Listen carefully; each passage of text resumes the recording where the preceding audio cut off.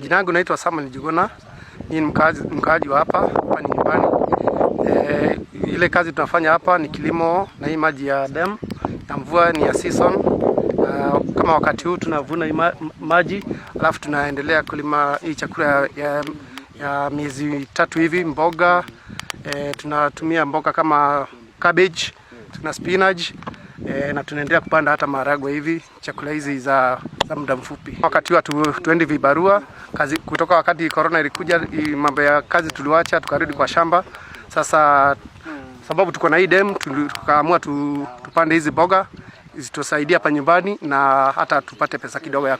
Hii project ni ya serikali ilikuja. Unajua hii area yetu ni area ya dry, huwa tunapewa msaada wakati wa kuna njaa. Sasa wakaona watuletee hii project ya hizi dam ili kama wakati huu kuna mvua tunavuna hii maji, alafu baadaye tunajisaidia naye. As government, by government of Kenya as an area that is a dry area. Many people around here initially were being supported on food relief. We decided as a government that we were going to build about 100,000 smallholder dams around the country. And the dam we've just witnessed here is one of them that was done under that program. As everybody understands, agriculture is the backbone of our economy, and support to farmers is critical to ensuring that we not only have food security, but it also supplies us with the raw material for our industrialization agenda. And as a result, apart from working with large-scale farmers, we are also looking at working with small-scale farmers like Mr. Njuguna here.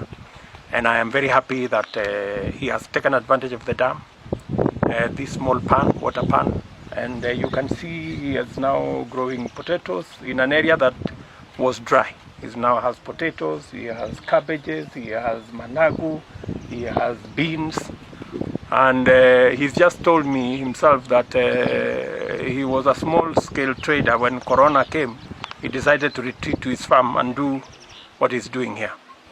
Going forward, we know very well that the effect of Corona on our economy is very serious. In fact, the report that was released yesterday, carried out by Treasury, clearly paints a picture of serious effects of Corona on our economy and on livelihoods, on jobs, and many people today are suffering hunger across the country. That is why we have the big program by Government of Kenya to reach out to as many communities and as many families as possible with food relief, both from the Government of Kenya, and I want to ask well-wishers from across the spectrum.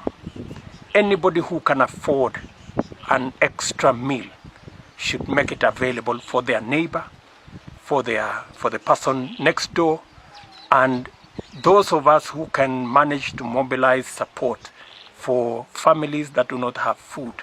We must go out of our way, because this is a very interesting scenario. Not planned, nobody expected, and we do not have statistics on what is going to happen in the near future. So we are here for a while. As the country has seen, another 66 people today were